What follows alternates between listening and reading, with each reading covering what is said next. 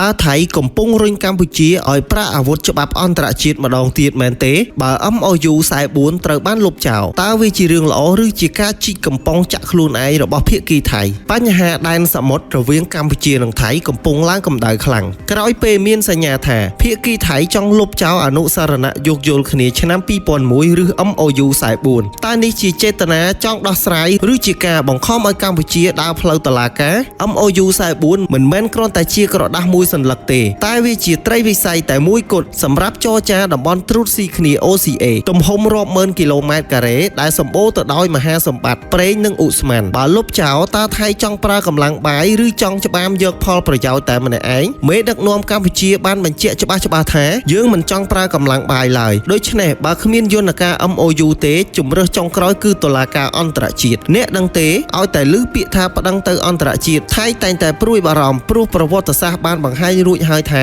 ថៃមិនដែលឈ្នះក្តីក្តាំរឿងទឹកដីជាមួយកម្ពុជានៅតុលាការឡាអេនោះទេលោកបណ្ឌិតមាសនេះអ្នកតាមដាននយោបាយបានលើកឡើងថាទោះពិភពលោកបច្ចុប្បន្នមានភាពរញ៉េរញ៉ៃតែតុលាការ ICJ និង PCA នៅទីក្រុងឡាអេនៅតែជាបង្អែកច្បាប់ដ៏រឹងមាំសម្រាប់កម្ពុជាបើជ្រុលជាប្តឹងហើយតើកម្ពុជាគួរលើកយកករណីកោះកុដឬកោះគុជទៅជាមួយដែរឬទេព្រោះបើផ្អែកលើឯកសារបារាំងយើងមានសំអាងហេតុផលរឹងមាំណាស់ការដែលលោកអនុទិនឆានវីរគុលបង្ហើបពីការលុប MOU 44អាចជាការដំបៅមិនឈឺយកឈើទៅចាក់តើថៃភ្លេចមេរៀនប្រាសាទព្រះវិហារនិងចំនួនតំបន់មុំ3ហើយមែនទេបើកម្ពុជាសម្រេចចិត្តប្តឹងមែននោះថៃនឹងត្រូវប្រឈមមុខនឹងច្បាប់អន្តរជាតិដែលខ្លួនតែងតែចាញ់ជានិច្ច